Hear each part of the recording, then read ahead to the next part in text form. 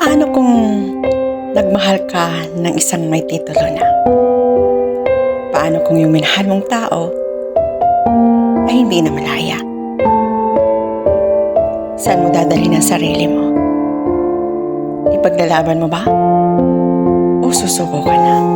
Ngayon guys, itong pag-uusapan natin, it's about here sa may titulo na.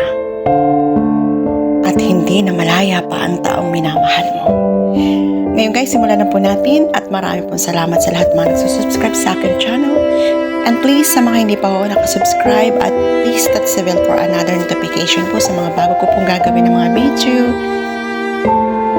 Ito na guys, simulan na natin ang ating topic for today. Paano kung iwanan ka niya? Paano kung pinili na tao o ang taong minamahal mo ay may sabit na? At sa huli, iiwanan ka rin niya. At darating ang sandali, mararamdaman mo na ginamit ka lamang pala niya at ginawa ka lamang pala niyang palipas oras o ginawa ka lamang pala niyang pahinga. Na kahit ibinigay mo na ang lahat para sa kanya, at siya ay tahimik na bumabalik sa dati niyang mundo. Na kahit sabihin natin na totoo ang nararamdaman niya para sa iyo. Na kahit sabihin na natin na pareho kayo nagmamahalan, pareho kayong sa inyong nararamdaman.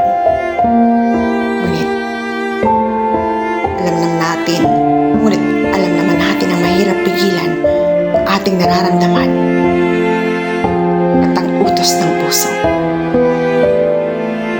Ngunit kung ang taong iyong minamahal ay nagawang iwanan ang nauna, what if?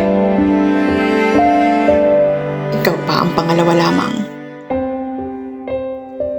Kaya huwag makampante, kasi kung nagawa niya, baka ikaw rin naman niya iwanan rin sa huli.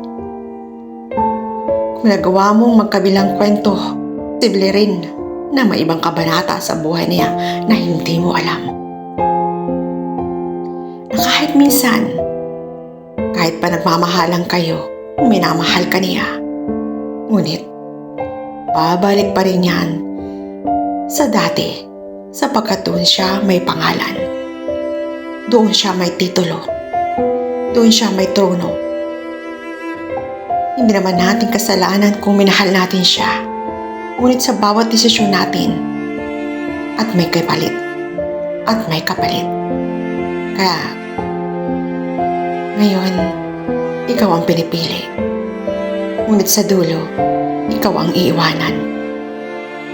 Wala kayong kasiguraduhan.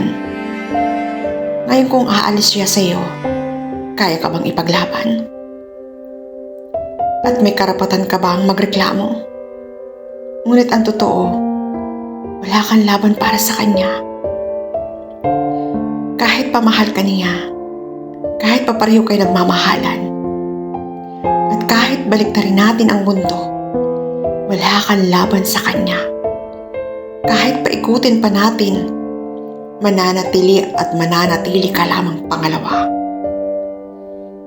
Mahirap makipaglaban sa tao na kahit kailanman di magiging iyo.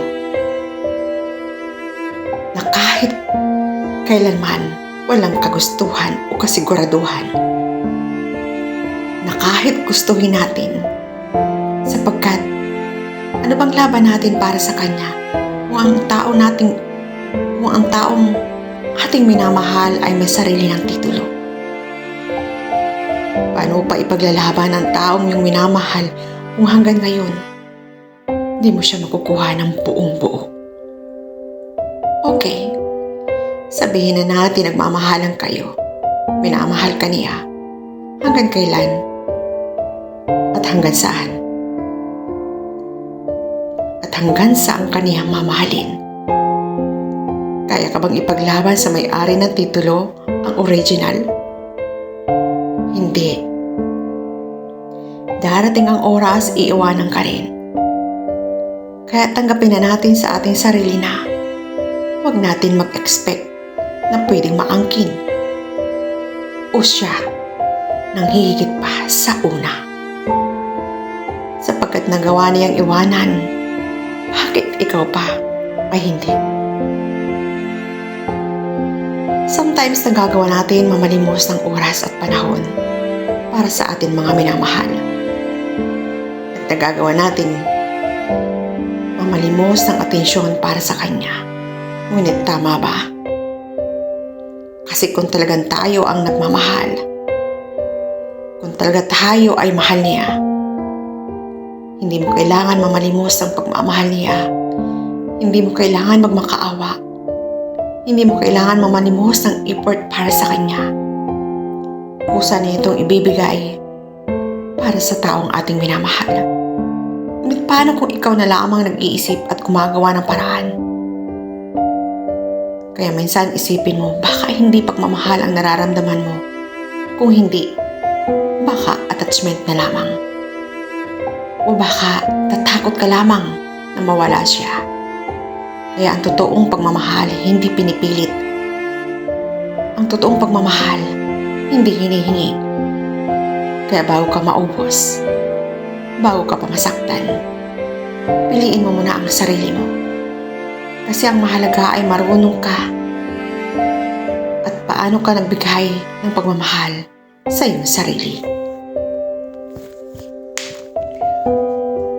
Alam niyo po everyone, alam niyo mga beh, alam niyo mga sisi, mga lods, minsan talaga nakakagawa tayo ng pagkakamali. O hindi natin talaga matatawag na pagkakamali ang magmahal tayo. At minsan hindi natin alam na yung minamahal natin ay hindi na malaya. At hindi natin alam na siya ay may asawa na. At sa huli na natin nalalaman kung kailan nabaon na tayo sa pagmamahal, sa pagbibigay ng atensyon, sa pagbibigay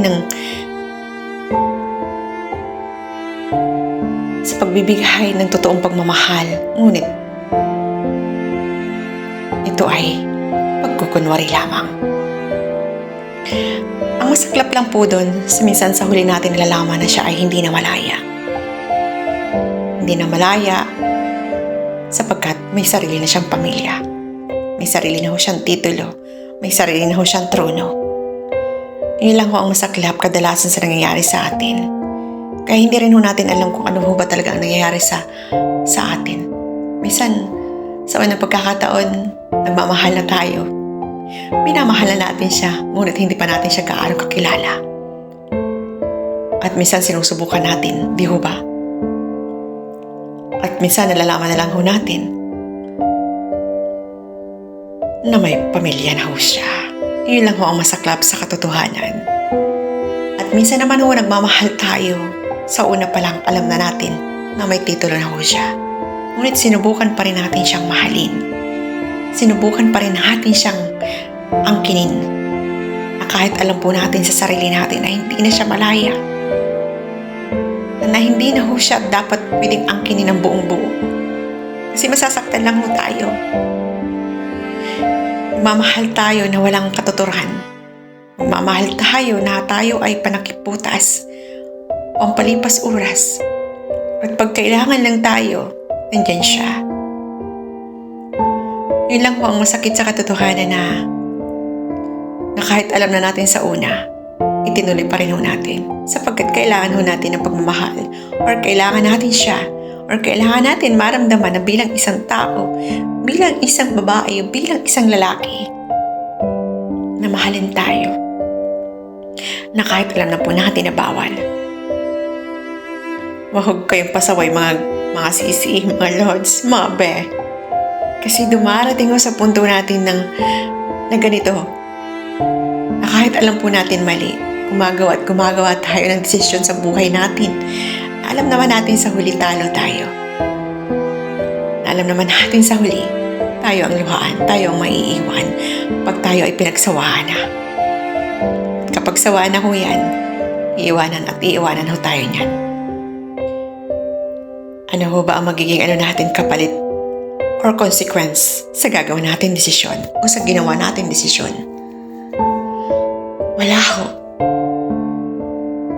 Luha, sakit, pagdurusa, pagkalumok. Yung baon na baon ka sa sakit. Sapagkat ibinigay niyo na po ang lahat-lahat. Ibinigay mo ng buong-buong pagkatao mo sa Kanya. Ibinigay mo na kung kaano mo siya kamahal. Kung kaano mo siya minahal. Ngunit pagsawa na sa iyo, iiwanan ka. Dahil ginawala tayong pahinga. Ginawala tayong panakip butas. Ginawa lang niyang pong kunwari ang pagmamahal. Dahil hindi ho siya okay sa kabila. Meron naman ho pagkakataon na kahit alam po natin mali yung pagmamahal. Na kahit alam po natin na may titulo na ho siya. Ngunit dumarating pa rin ho na tayo pa rin ang pinipili.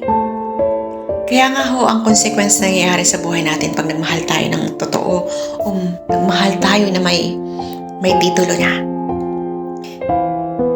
Tatlo lang ho yun eh. Sa una, alam natin, ngunit tayo ang masasaktan at tayo ang iiwanan at tayo ang luhaan. Pangalawa, alam natin bawal. Minahal natin siya. Ngunit sa huli, tayo ang pinili. Yun ho ang maganda dahil kaya ho tayong ipaglaban. Kaya tayong ipiliin niya na kahit alam niya may masasaktan o kahit may maaagrabyado ng tao. At ang panghuli, hindi ho natin alam na may titulo na po yung taong minamahal natin. At sa huli, doon pa natin malalaman na siya ay may titulo na ho. Yun lang ho ang masaklap eh. Di ho ba? Kaya tatlo lang po yung consequence ng magmamahal tayo sa isang tao. Kasi minsan hindi natin alam kung ano ba talaga. May nangyayari pong ganitong sitwasyon sa atin. At may nangyayari na minsan hindi na natin kayang tanggapin dahil nahulog na tayo ng gusto-gusto ng sobra-sobra sa Kanya. Paano mga Ben? Mga Lods, mga Zizi? Mag-iingat po tayo kung tayo ay magmamahal. Lalaki man yan o babae. Dahil marami na ho sa atin ang magaling magkunwari. Magaling magkunwari na sila ay mga single. Right? Paano everyone? Hanggang dito na lamang ang aking topic. Marami pa ho sana akong sasabihin but papahaba naman ho ang ating topic. Maraming salamat sa inyo guys at sana may matutunan po kayo sa akin konting kalaman o konting pag-share. At sana sa mga hindi po nakapag-subscribe, subscribe po kayo sa aking channel at malaking tulong na po yun sa akin. At kung magustuhan po ninyo, pakishare po ang aking content. Hanggang dito na lamang po at marami pong salamat at mag-iingat po kayo saan man po kayo ng panig ng mundo. God bless po sa inyong lahat. And bye! I love you all!